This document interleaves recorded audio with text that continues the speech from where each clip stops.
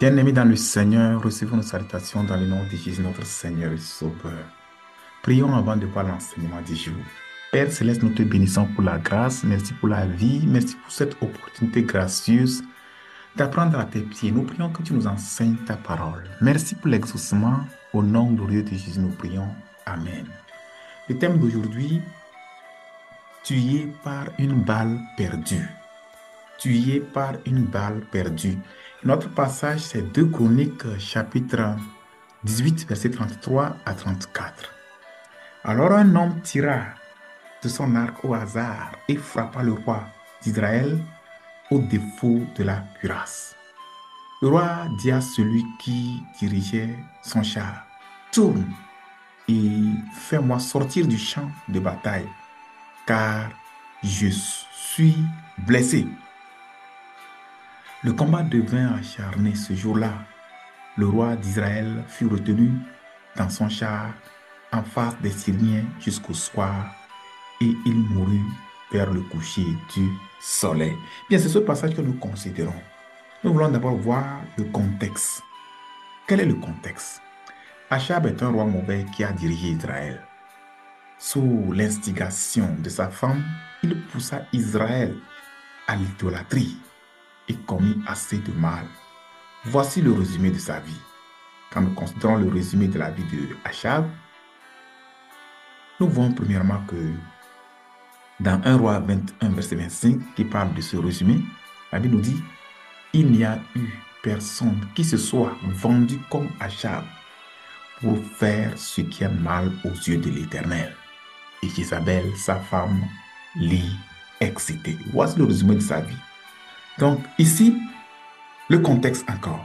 Achab s'embarqua dans un projet de guerre dans lequel il invita le roi pieux Josaphat. Josaphat conseilla à Achab de consulter l'Éternel avant de s'y engager.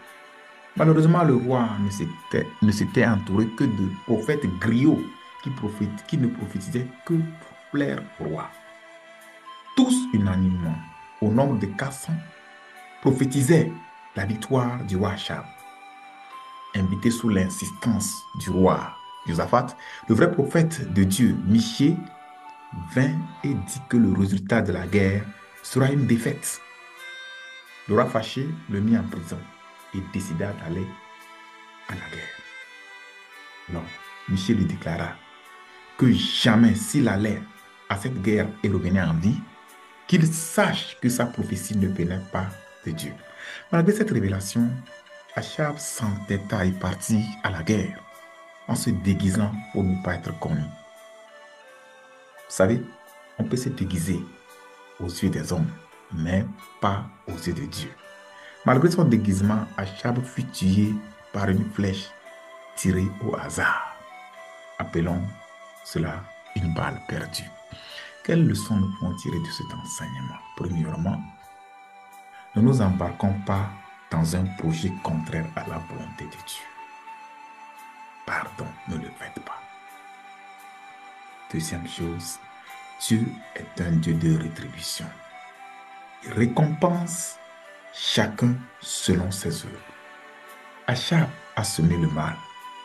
Il a récolté la mort. Évitons le mal sous toutes ses formes, en pensée, en parole, en action, en comportement. Évitons le mal.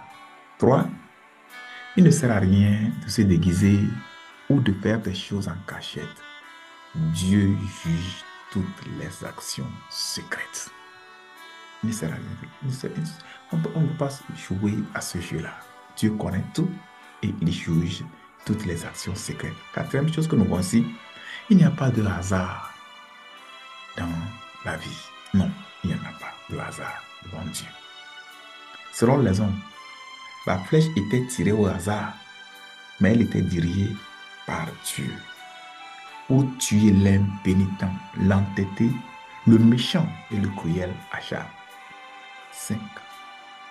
Ne nous entourons pas de griots qui ne font que nous donner des éloges et ne peuvent pas nous dire la vérité. Et c'est ce qu'Achab avait fait. C'était entouré de 400 prophètes griots qui ne ne font que lui tromper. Et lui, malheureusement, il croyait que c'est ça. Et c'est ça, il est mort comme ça parce que il ne voulait pas qu'on lui dise la vérité. Il voulait que les gens lui disent ce qui lui plaît. 6. Ne soyons pas entêtés. N'endurcissons pas notre cœur quand Dieu parle. Dieu a parlé à Chab. Il a endurci son cœur. Et voici, il est mort. Pas qu'il ne connaissait pas la parole de Dieu. Pas qu'il ne connaissait pas la révélation concernant la guerre, le projet dans lequel il devait s'engager. Michel a dit, c'était très clair. Mais c'est entêté et il est allé, il est mort. Proverbe 29, verset 1 nous dit, un homme qui mérite d'être repris et qui réduit le coup sera brisé subitement et sans remède. Hébreu 3, verset 15 nous dit, pendant qu'il est dit aujourd'hui, si vous entendez sa voix, n'endurcissez pas vos cœurs.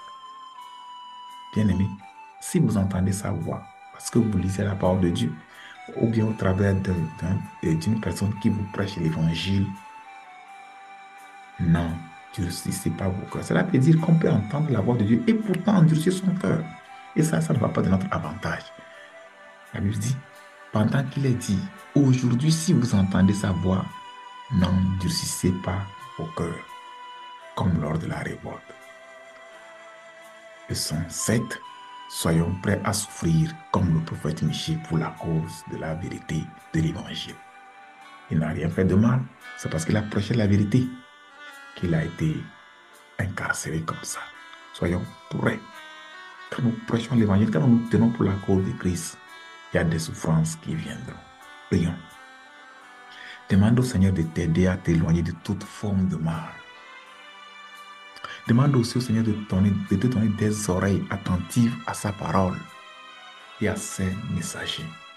Enfin, demande au Seigneur de contrecarrer et de détruire toutes les balles ciblées ou tirées au hasard contre toi. Prions.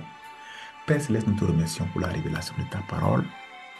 Donne-nous la grâce, Seigneur, afin que nous soyons toujours obéissants à ta parole tous les jours de notre vie. La grâce d'être soumis à toi, la grâce d'être humble. Seigneur, donne-la nous et donne-nous la sagesse et le discernement.